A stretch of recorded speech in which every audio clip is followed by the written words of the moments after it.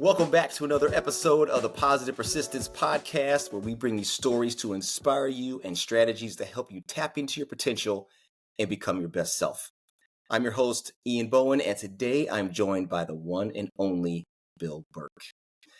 Bill is a former Division I quarterback who played at Michigan State for the legendary coach Saban.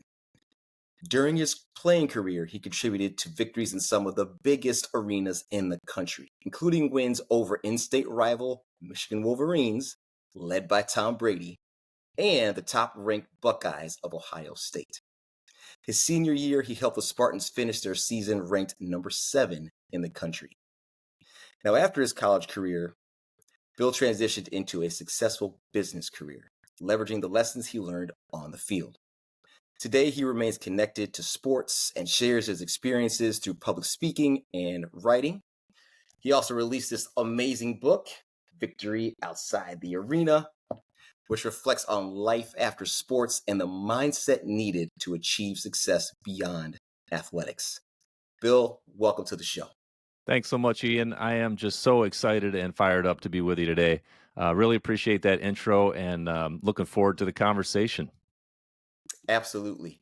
There are so many things that I want to talk to you about, Bill, because as we mentioned before we started recording, I'm giddy because, it's not every day you get to talk to someone who has played Division I sports on the biggest stage and been the quarterback of the football team and who has toppled some giants along the way. So this is a treat for me.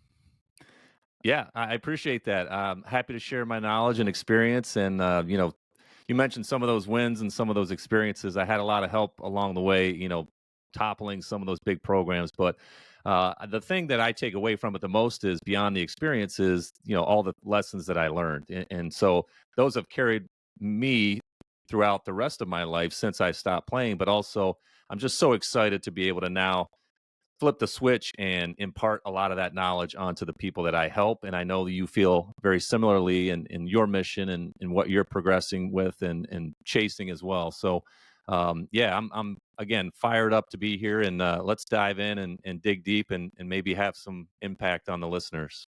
Yeah, absolutely. So this book is it's awesome. I love this book. There are so many things that are lessons in here. Now, clearly the book is pointed towards athletes, but I feel that anybody from any walk of life can really pull some great lessons from this book. But before we get into the book, which we definitely will, I was hoping we could give our listeners and our viewers a little backstory on Bill Burke and how he became to be the starting quarterback for a Division I Big Ten football team.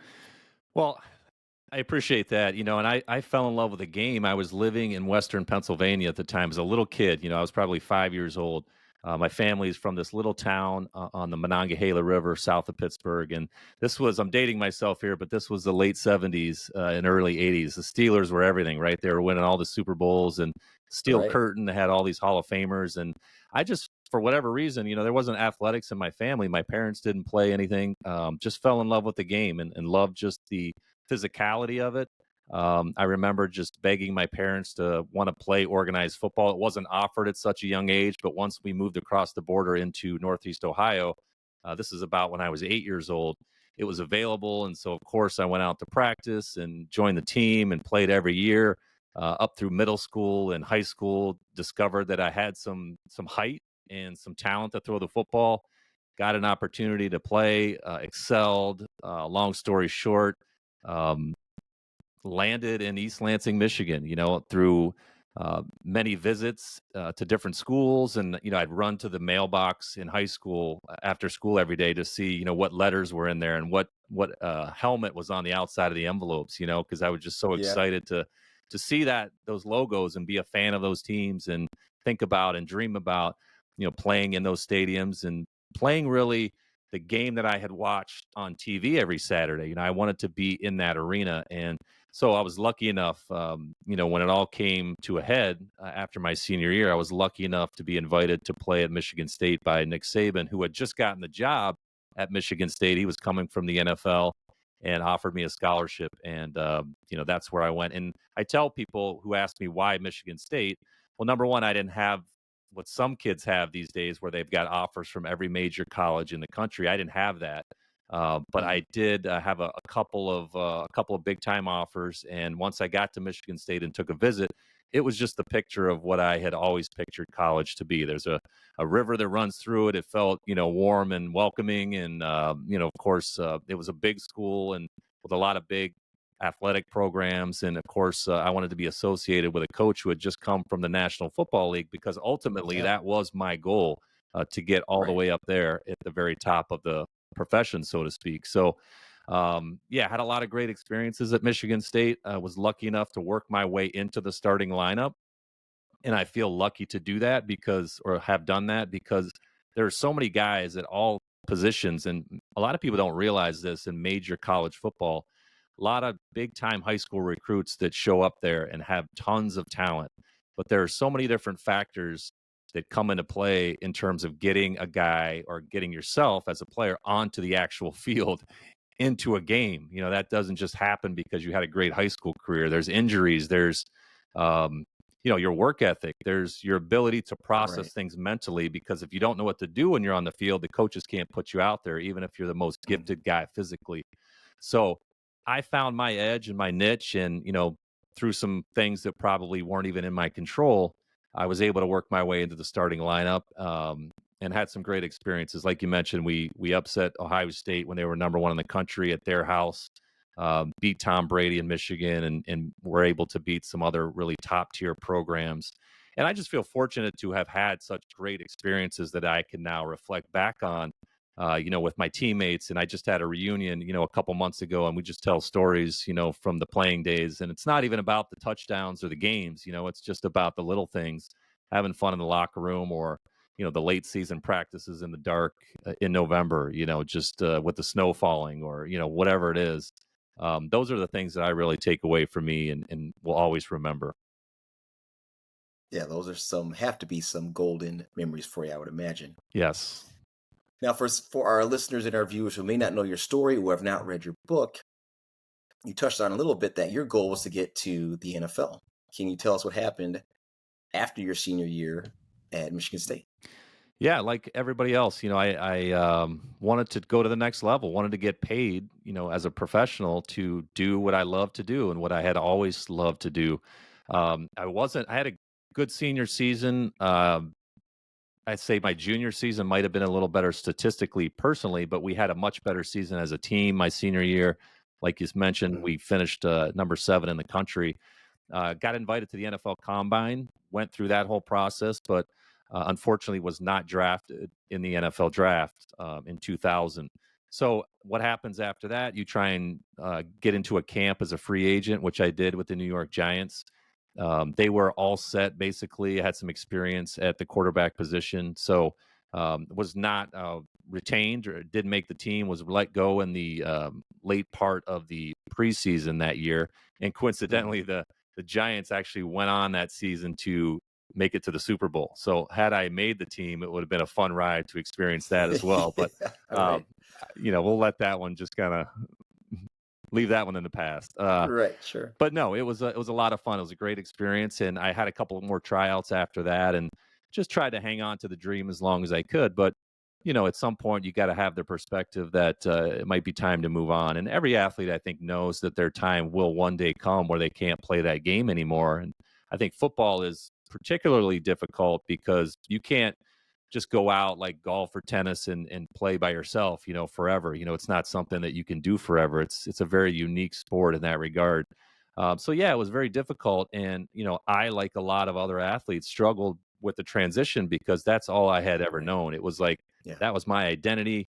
That's where I got my confidence from. That's where a lot of people were attracted to me and patting me on the back and reinforcing this identity that I had as Bill, the football player, the athlete.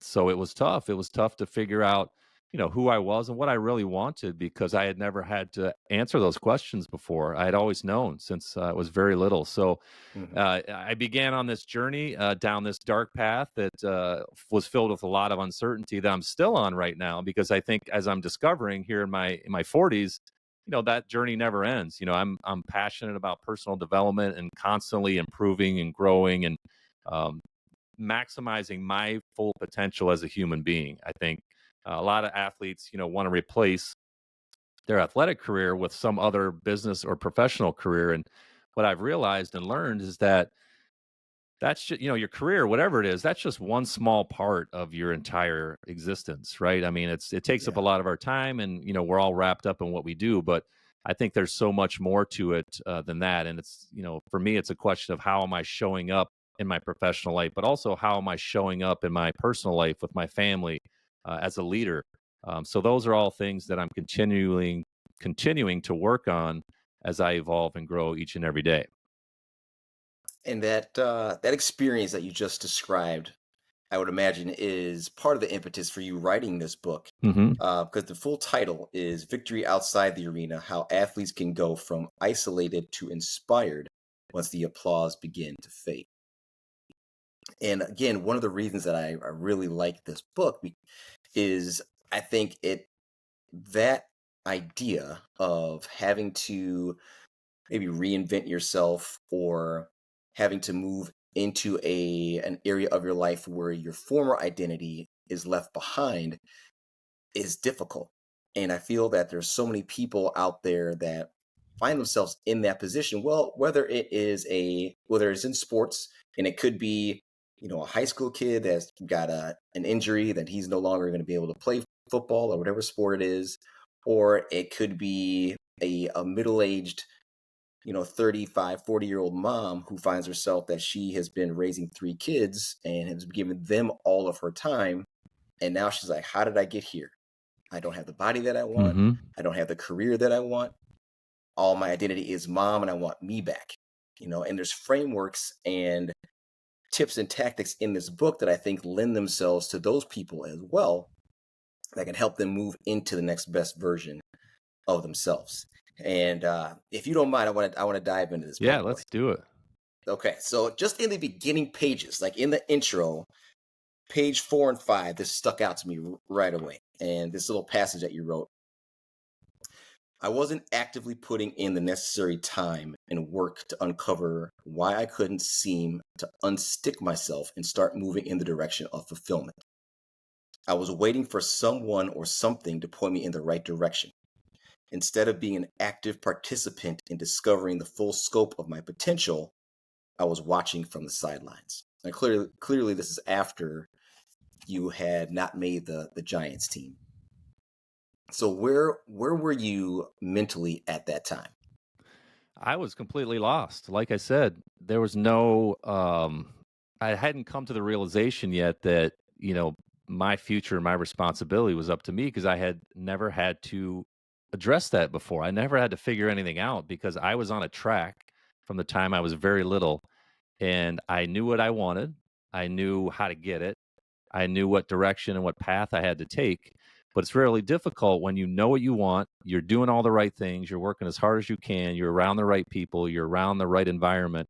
But somebody tells you at some point, hey, you can't be on the team. And the door just closes on that. And there's nothing you can do about it. There's this exclusive club that you want to be a part of, and they're not taking any new members, and they certainly Right. don't want you. So that's a tough thing to swallow, especially when you're in your early 20s. It's not like, hey, I want to create a business and it's possible for me, and I just have to be patient and take the necessary steps to get there. This is an exclusive place where only a certain number of people have ever been allowed into that club, and I knew that that's what I wanted, but there's no way possible that I could have gotten it or been accepted into that club. So where do you go from there? I was completely Right. lost. I hadn't even asked myself what I wanted beyond football. That's not something or an idea or a thought I ever wanted to entertain.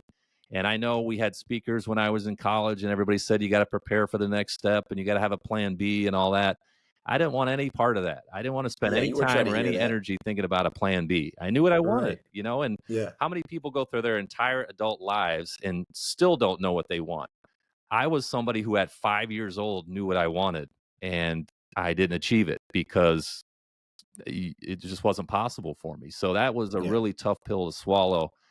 So mentally, man, I mean, I was completely in the dark. I had no idea which direction to go or what to do, because when you're an athlete at that high level in college, there's this huge support team around you, and they're all trying to push you and help you and support you for what you need to do on Saturday afternoons in the stadium. But Mhm. once you're done and your eligibility is gone, all those resources for the most part dissipate and evaporate. And so you're left to try and figure it out on your own. And again, that's a very difficult struggle for a lot of athletes.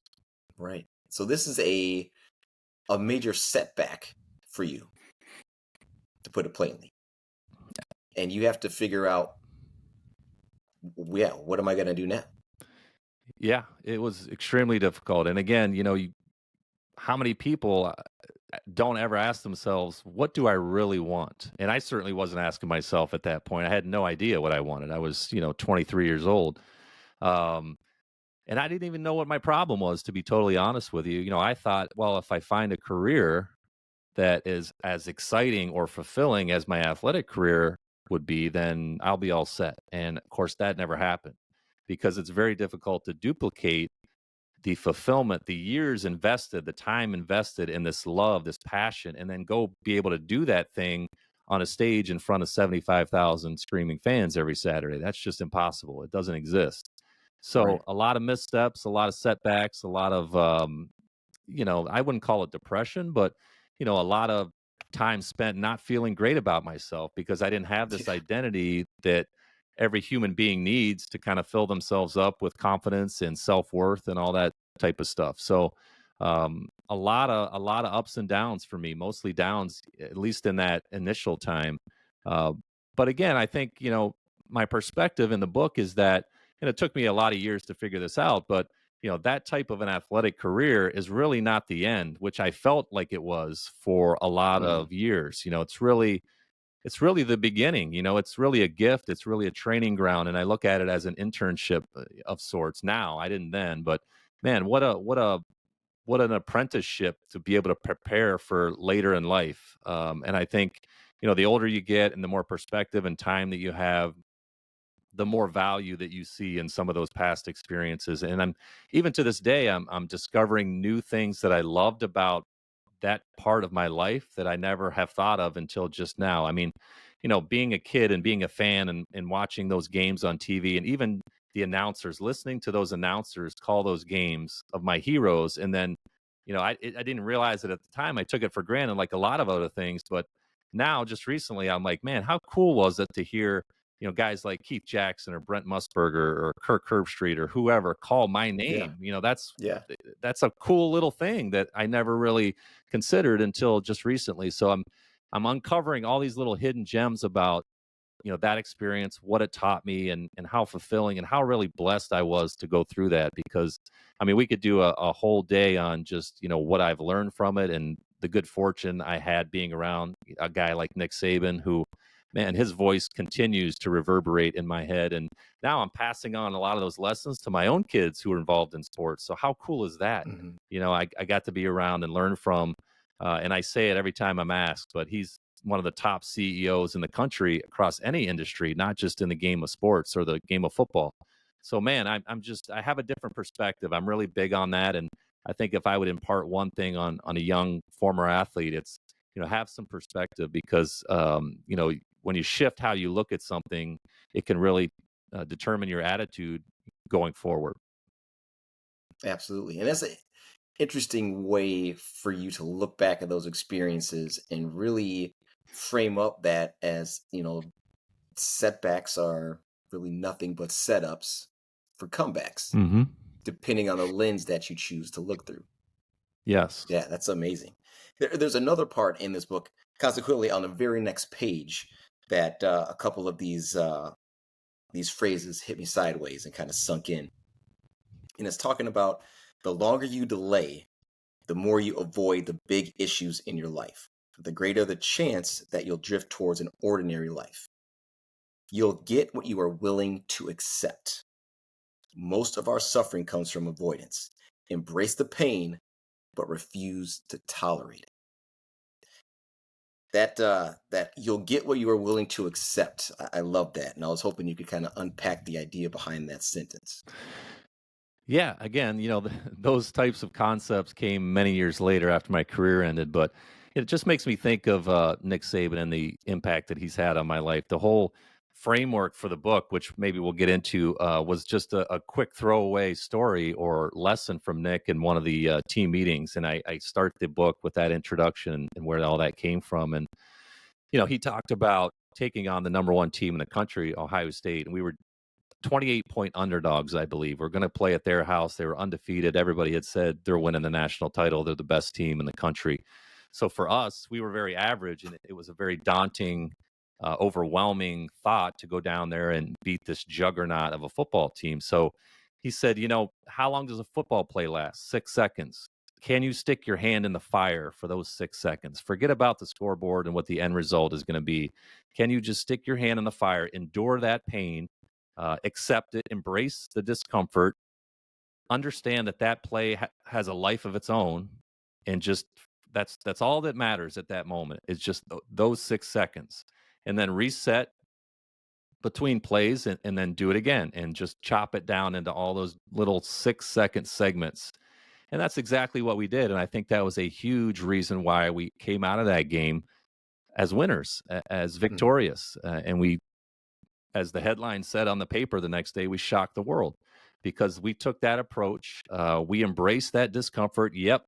When you stick your hand in the fire, you're probably going to get some scars. It's going to be painful. It's not going to be fun. It's going to be uncomfortable. But if you accept that and almost welcome that and smile at the thought of that, man, what a tremendous mindset shift that gives you in order to attack forward and attack your goals and attack the challenge of whatever is in front of you. Yeah.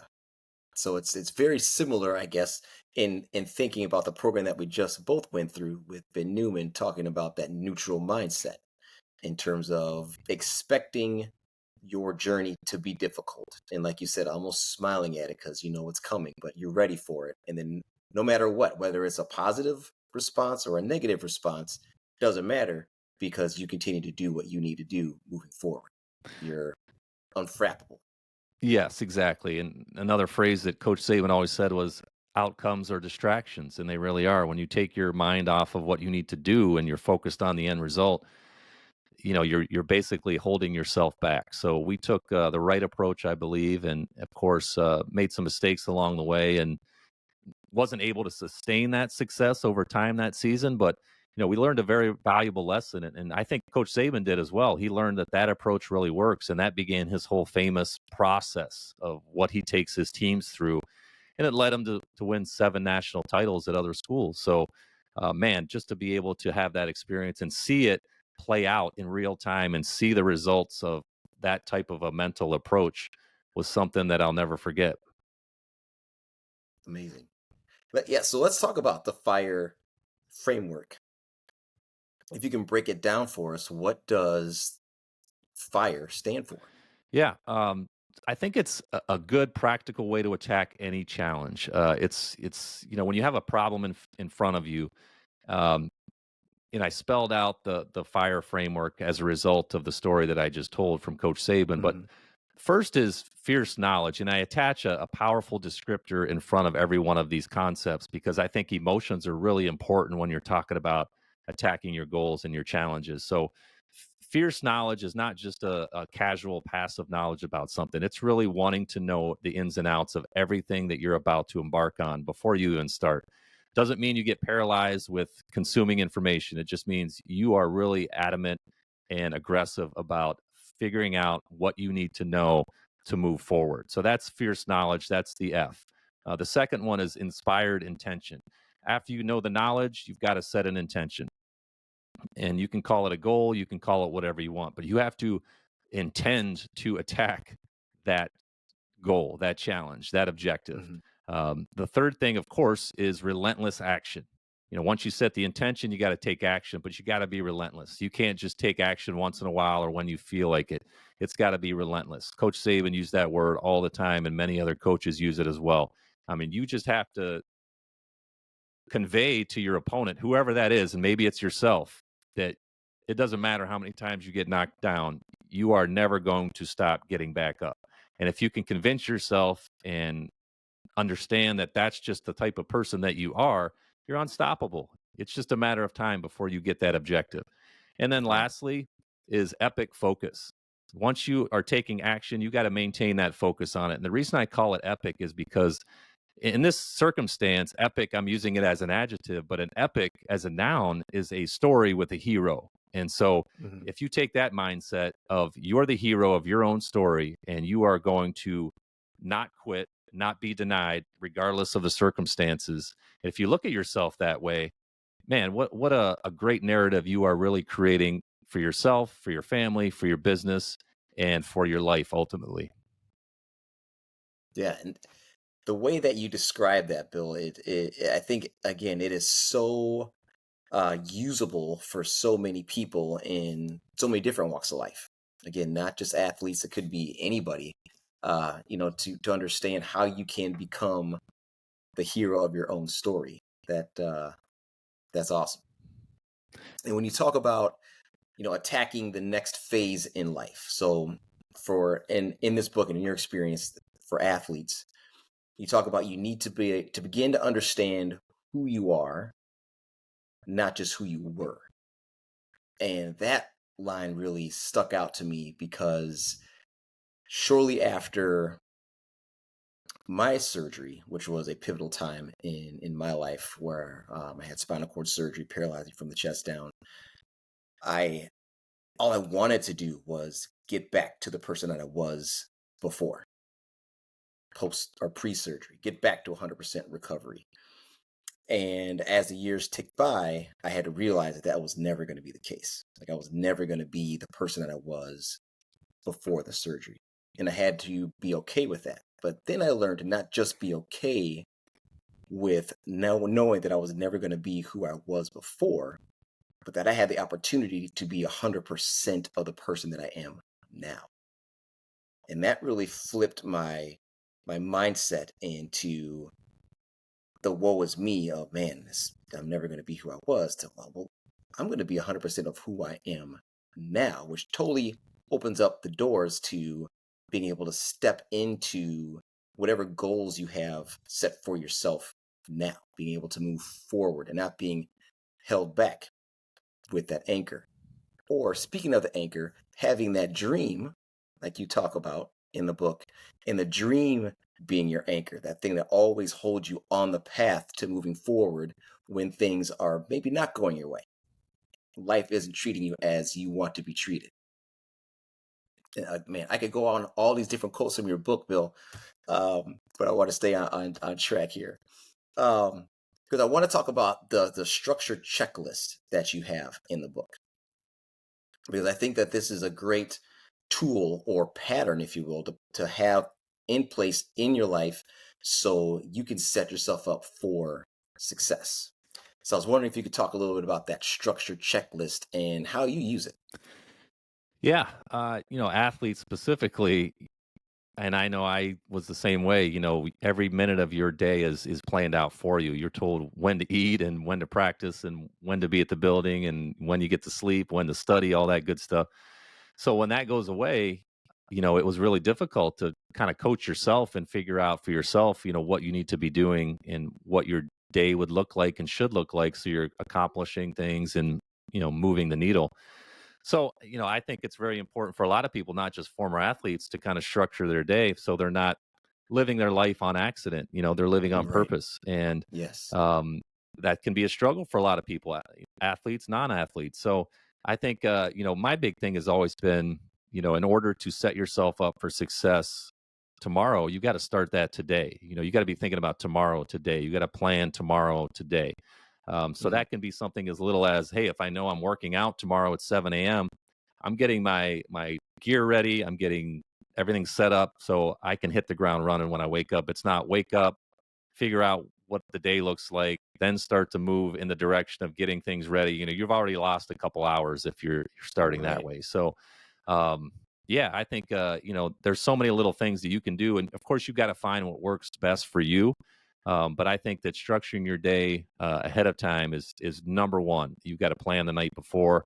And just spend a little time doesn't have to take an hour, but of course, if you're spending 10 or 15 minutes just to even visually think about what the next day will look like, even if you're not writing it all down, I think that's a huge first step. I'm going to read through what you have listed in here in the checklist, and it's plan tomorrow the night before, like you just mentioned. Use a calendar or planner. Determine your three most important tasks for the day. Time box, which I want to come back to. Have a morning routine. Set an alarm. Decide how you will handle variables, interruptions, and celebrate your wins.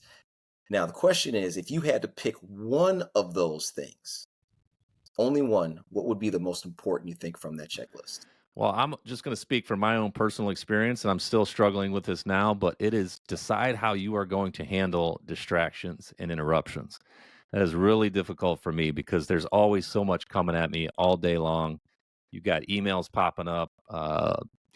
If I get on social media to post something, I'm distracted by all the other people on there, and of course, 10 minutes goes by, and I forgot why I Right. even got on there in the first place.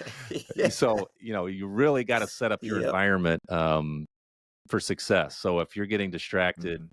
you're losing time, and I constantly fight that battle. But I think it's really important because, going back to one of the other things that you mentioned was identifying the three most important things that you can do.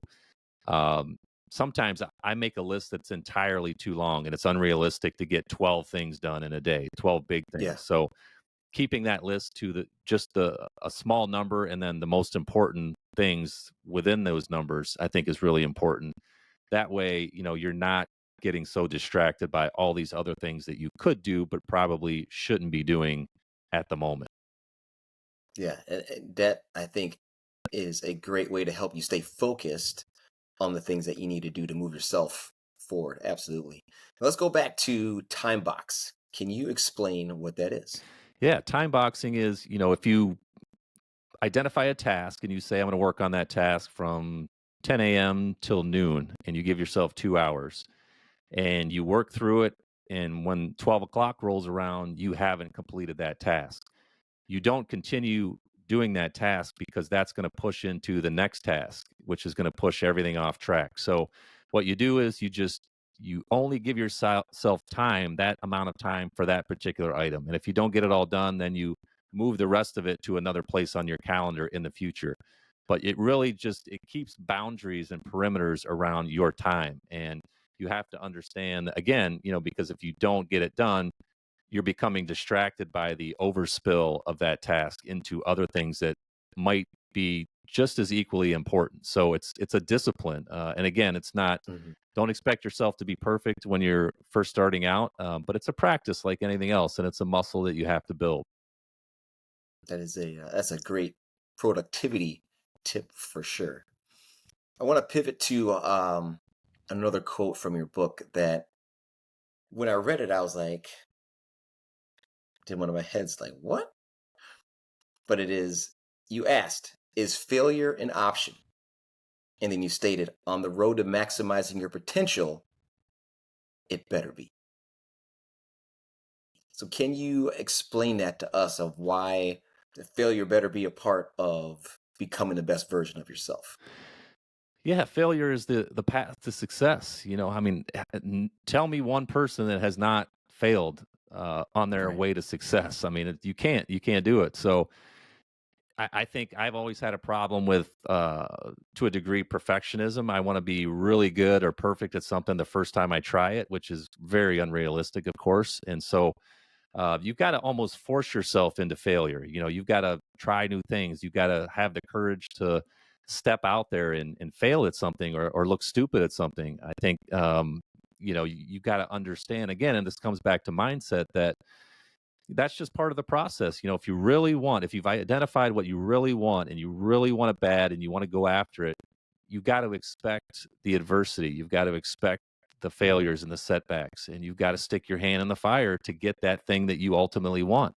And thankfully, I learned that through my athletic career because if I didn't have that experience, I don't know that I would have moved forward as quickly as I have.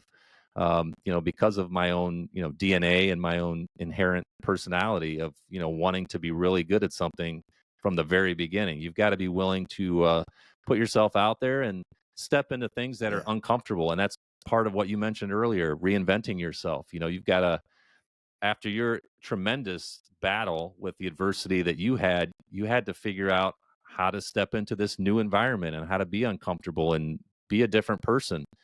And I think if you're embracing that, then you truly have that growth mindset that's going to allow you to exponentially grow in the direction of whatever you're trying to accomplish. But if you're not willing to do that, if you are hiding or staying comfortable in where you currently are or who you currently are, you're not going to ultimately reach those dreams. Right, and you're ultimately not going to be tapping into what you phrase as your unfair advantage.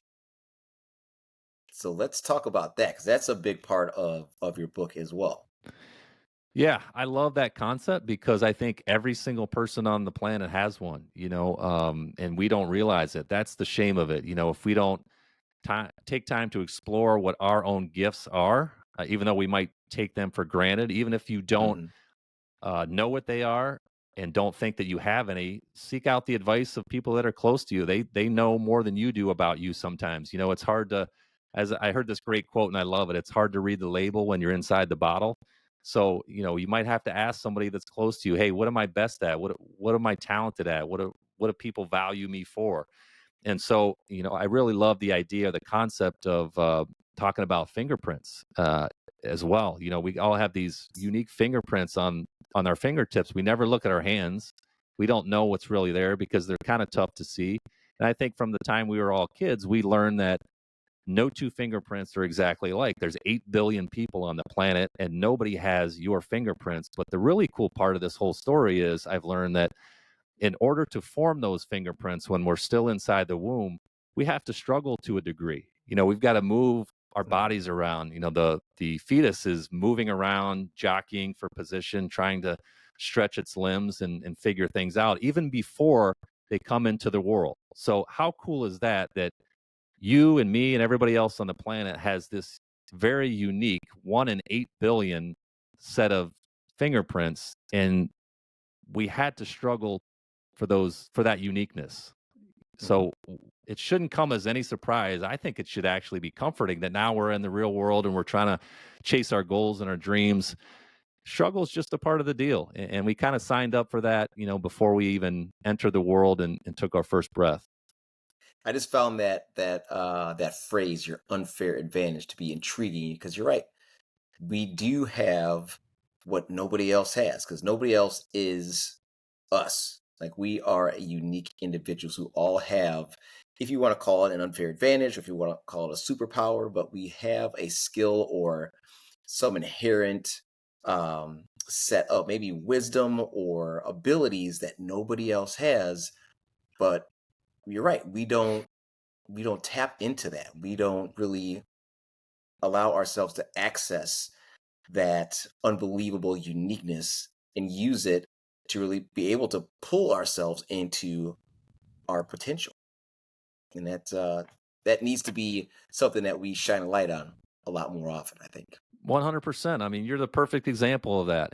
Paralysis, and now you're running marathons. I mean, that's probably just one of your unfair advantages. And not only have you went through those experiences to catapult your own personal development, but man, how many people can you inspire and help because of that experience? I mean, that's a huge unfair advantage. People don't know what that's like to go through that. I mean, the mental gymnastics that you probably had to endure as you were recovering is unbelievable. So everybody's got something like that they can use, if not just for themselves, but to impact those around them. So I encourage everybody to think about that because sometimes, again, we take so much for granted. We take our gifts for granted, or we have these talents that we're not even utilizing because we don't even Right. realize that they're gifts or talents. Nobody's ever said, "Hey, you really have a gift." And sometimes that's all it takes is one other person saying, "Hey, I believe in you, and you've got this thing, and it's your responsibility now to figure out how to use it." Yes, the power of giving somebody else some significance, it can be so amazing. That's exactly right. You talk about Viktor Frankl a lot in your book, and I wanted to highlight the term of existential vacuum, which in the book you describe as the feeling of emptiness. the sense that something should be happening but isn't. It's a feeling that life could and should be more exciting, more fun, and more rewarding, but it isn't. And I think that there are so many people that find themselves in this position, kind of what we touched on earlier in the conversation, in where they are on this path and all of a sudden that path comes to an abrupt end. Or they find themselves on the path where they don't want to be anymore and they feel empty and they don't know how to move forward. What would be, utilizing the framework that you put in your book, what would you say to somebody who is in that position, finds himself stuck in this existential vacuum of what's the next thing that they should be doing to be able to move forward out of that spot? Well, I think the word that comes to mind is awareness. You've got to understand why you're feeling what you're feeling. Number one, reflect on it a little bit. But I also love the fact that something that I learned from Frankl when I was doing research for my book, and something that is really so paramount to the lessons in his book, which is Man's Search for Meaning, is this idea that what man needs is not, and women need is not, a tensionless state. We all think we want this blissful happiness state where nothing is missing and we don't want for anything. But I think what I learned from Frankel is that tension is actually a very good thing. That means you're winning. You're putting pressure on yourself to a degree to maximize that full potential. So we don't need a tensionless state where we're just completely relaxed all the time. What we need is a worthy goal, something to chase, something that um, matches our potential. So we're Mm, not thinking too small or living too small. yeah. And I think when we discover that, we actually understand that that tension, that restlessness that we're feeling inside is actually a driver. It's the fuel for, what type of life we ultimately will end up living, when it's all said and done. And so number one is just, again, shifting our attitude and our perspective.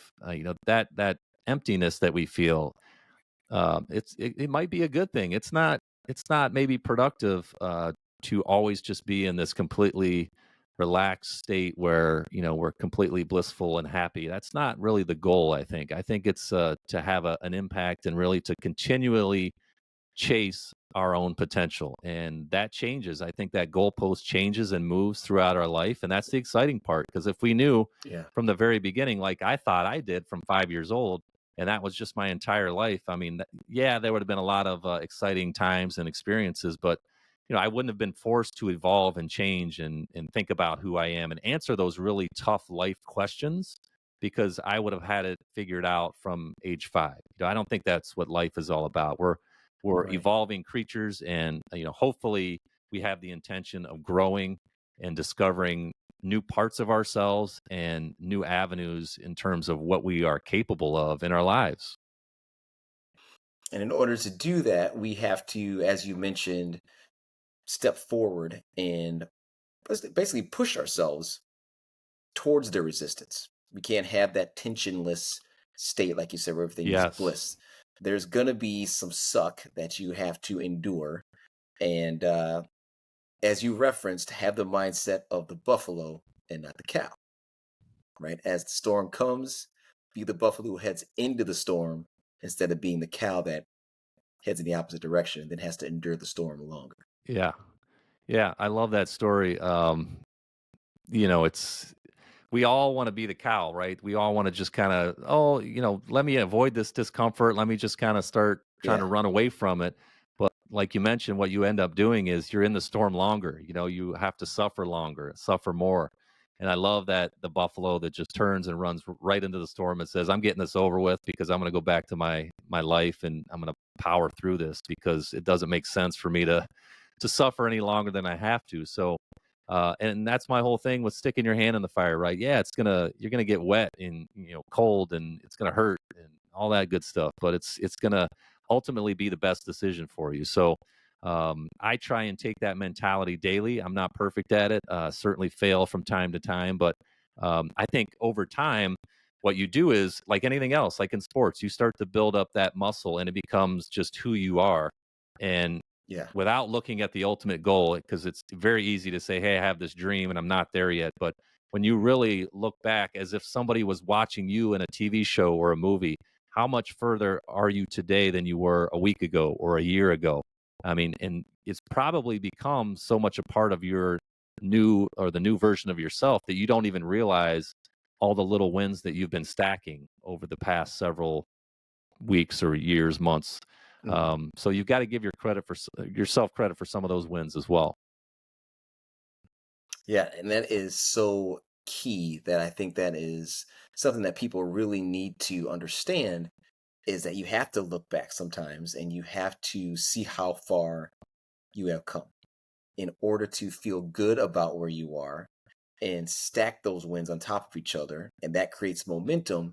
And now you're excited about where you're going to go because all the things that you accomplished already up to this point. Which brings me to another phrase in your book, which I thought was very poignant. And it's, you give this example, you set the scene of when we're at a party or a gathering, and you meet somebody for the first time and you're having small talk, and you eventually always ask the question, what do you do? Right? But instead, turning that question into, what are you becoming? And I thought that was, that blew my mind for a minute to think about that.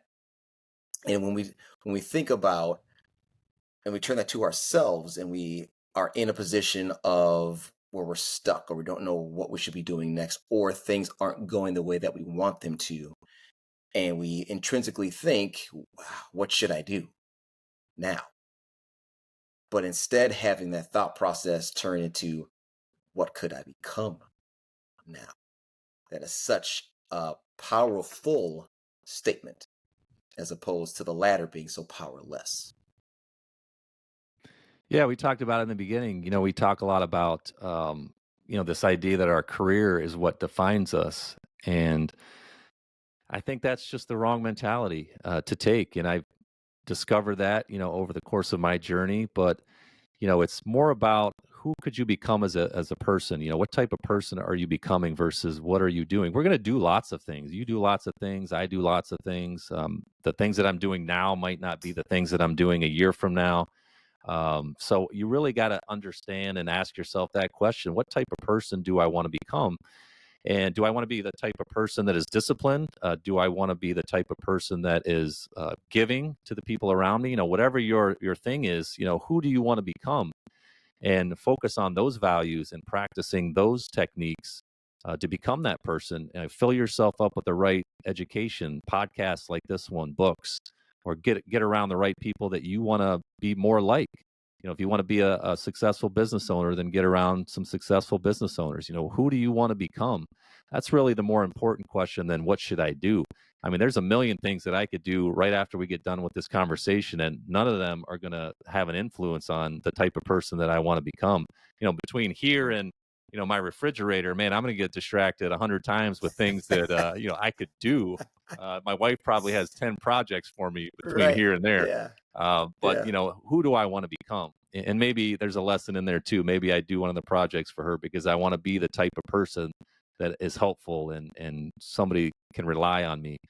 But again, I think the point is, we've got to understand, who do we really want to become? Because it's easy to fall into traps, of what other people think we should do or who they think Mhm. we should become. So again, it goes back to just being intentional about, really, and that's not easy to do because we've got all these outside influences. We got family and friends who think we should do this, and maybe we want to just give in to their expectations. But we really got to stay stoic, I think, in terms of who we want to become, and fight against the outside pressures to become somebody else.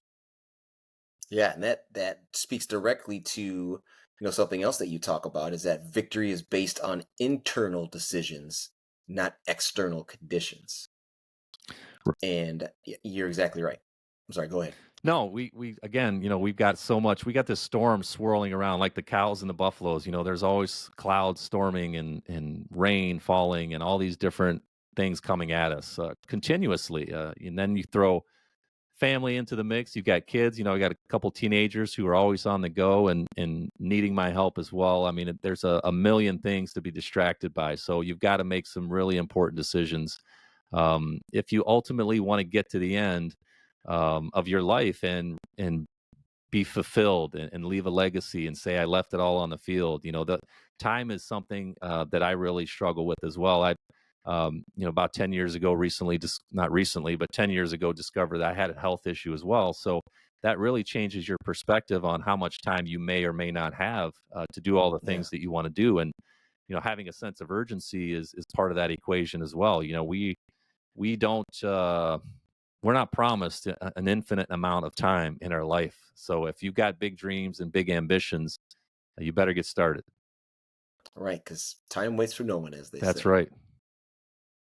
And you also talk about affirmations and visualizations as part of your success. Can you kind of walk us through some of the things that you do or maybe put into practice in those realms? Yeah, I'm fascinated by how the mind works and why we all do what we do. And we're on a computer right now, right? That computer's got programming, software, and hardware, and I think it's just fascinating that we have the power and the agency to program our own minds and essentially create the futures that we want by what we think about and say today. And so I've Mhm. discovered that several years ago, and that's part of my morning routine. I think the phrase "I am" is very important. I am the type of person that blank, whatever your thing is, or I am successful, or I am giving, or whatever your affirmation is. I think those are very powerful to program your subconscious. Our subconscious runs, I think, 85% of our day, without us even thinking about it. We're just in routines and habits. And so, whatever we program our mind with, that's going to become our reality an hour from now, tomorrow, next week. So, that's a little bit eye opening to somebody who may have never heard that. But it's also very exciting to me because we can create whatever we want to create with our thoughts, but it takes practice and it takes a habit, it takes intention, Yeah. and it takes focus. So I go through that every morning. Gratitude is number one, affirmations are number two, and then visualizing either how I want the day to go or visualizing the dreams that I have for myself in the future. Because I think that when we can see something happening in the future, but we can feel it now, that gives us a much better chance to actually have that come into fruition in a future. So I'm a big believer in all of those things and the power of the mind and using it to our advantage. And if you can develop that muscle, that can become another part of your unfair advantage is using your mind and understanding Yeah. that you can be intentional, live your life on purpose, and create tomorrow today. Absolutely. And have life happen for you, not just to you. Right. Yeah. And then there's another, speaking of like life, there's another phrase that you have in here that really turned my mind upside down. And it was the simple question of what does life expect from you? Because usually we frame it the other way. Like, what do we expect from life? What should I be getting out of life? But what does life expect from you? I don't know how to answer that question, but it is a poignant one, and it's very interesting for me to ponder that. Because that really, again, that turns the responsibility back on you to again, make sure that you are doing what you need to do to move in the right direction, to propel yourself forward against the resistance, against the rain, be the buffalo, go head on into the storm to figure out how you can step into the next best version of yourself. Yeah, that really hit me hard too when I read it. And that comes from Frankl again. His book had a really big impact on me. Um, and that so much of my younger days when I wasn't fulfilled because I had fallen short of my dream of playing in the National Football League, I had been thinking about, myself. I was to a degree feeling sorry for myself. Like I said, I was feeling lost. And I had all these expectations, that I felt like a promise had been broken to me, by the universe. I was supposed to Yeah, be this thing, and why wasn't I this thing? And why did I right. fall short? I had all these questions. I was asking all these questions. And when I read that in his book, I said, wow, maybe the universe is standing there with its arms crossed, waiting for me, to answer the questions, waiting for me to figure it out, waiting for me to take some action. And Mhm. so I really believe that wholeheartedly, and it's changed my whole life. Really, it's changed my perspective. Um, there's a an expectation for me. We mentioned the uniqueness that we all have, and I'm 1 in 8 billion. But man, what a responsibility it is to fulfill that uniqueness. I've got to listen and pay attention to those questions that I'm being asked. And of course, you don't always know what those are, but it's your job, I think, to go out there and pursue the answers. And when you really look at it like that, you don't want to sit around. You want to get up and take some action and figure it out, because the clock is ticking, as we talked about. But man, I feel an intense responsibility to fulfill my potential, because what a waste to not fulfill it if I've been given these gifts, and maybe I don't know exactly what they are. Maybe I need some help. Maybe I need a team or some assistance, but I know that I have the desire to want to leave a legacy, and that legacy is something that I think I need to live every single day. It's not just something that I'm going to leave behind when I'm gone. I've got to figure out what my responsibility is, and then I've got to step into that each and every single day, uh, because I feel that weight, and I want to fulfill Yeah, that responsibility that I'm being asked to fulfill. man. So well said. That kind of sums it all up there. Bill, like I said at the top of our conversation, I have so many things that I would love to ask you about. I'm gonna have to do this again just to get those questions Yeah. answered. But if you would tell our listeners and our viewers where they can find more information about Bill Burke, how they can get the book, where they go, what to do. Well, I can be connected with on LinkedIn or Instagram. LinkedIn, on there, of course, just under my own name. Instagram is outside.the.arena. Love to connect there. My book is available in digital format or paperback on Amazon. Certainly welcome to get it there. But I've got a gift for your listeners. If they want a free copy, they just have to pay the shipping and handling. But you can go to outsidethearena.com/free book. Happy to get one out to you that way. But yeah, would love to hear some feedback or connect with any of your listeners. I think this is such a great medium. I think you're doing a great job just putting this message out and having an impact on people that have overcome challenges, which we all have in some degree, right? And Absolutely. so I love what you're doing and love the mission. And of course, I'm so grateful that you had me on. Well, Bill, thank you for being on the show. Great conversation. So many, again, wonderful tools and ideas that are in your book, and I hope that people take advantage of that free book and go and get that, because there are some amazing ideas in here that you can really extrapolate in and put into practice again in any walk of life. So just amazing stuff here. And again, thank you so much for your time. And I want to thank our viewers and our listeners again for tuning in for another episode of the Positive Persistence Podcast. If you guys like what you heard, please make sure that you give us a thumbs up and give us some comments. And as we always say, the goal is to stay positive, stay persistent, and remember, mindset is everything. We'll see you next time.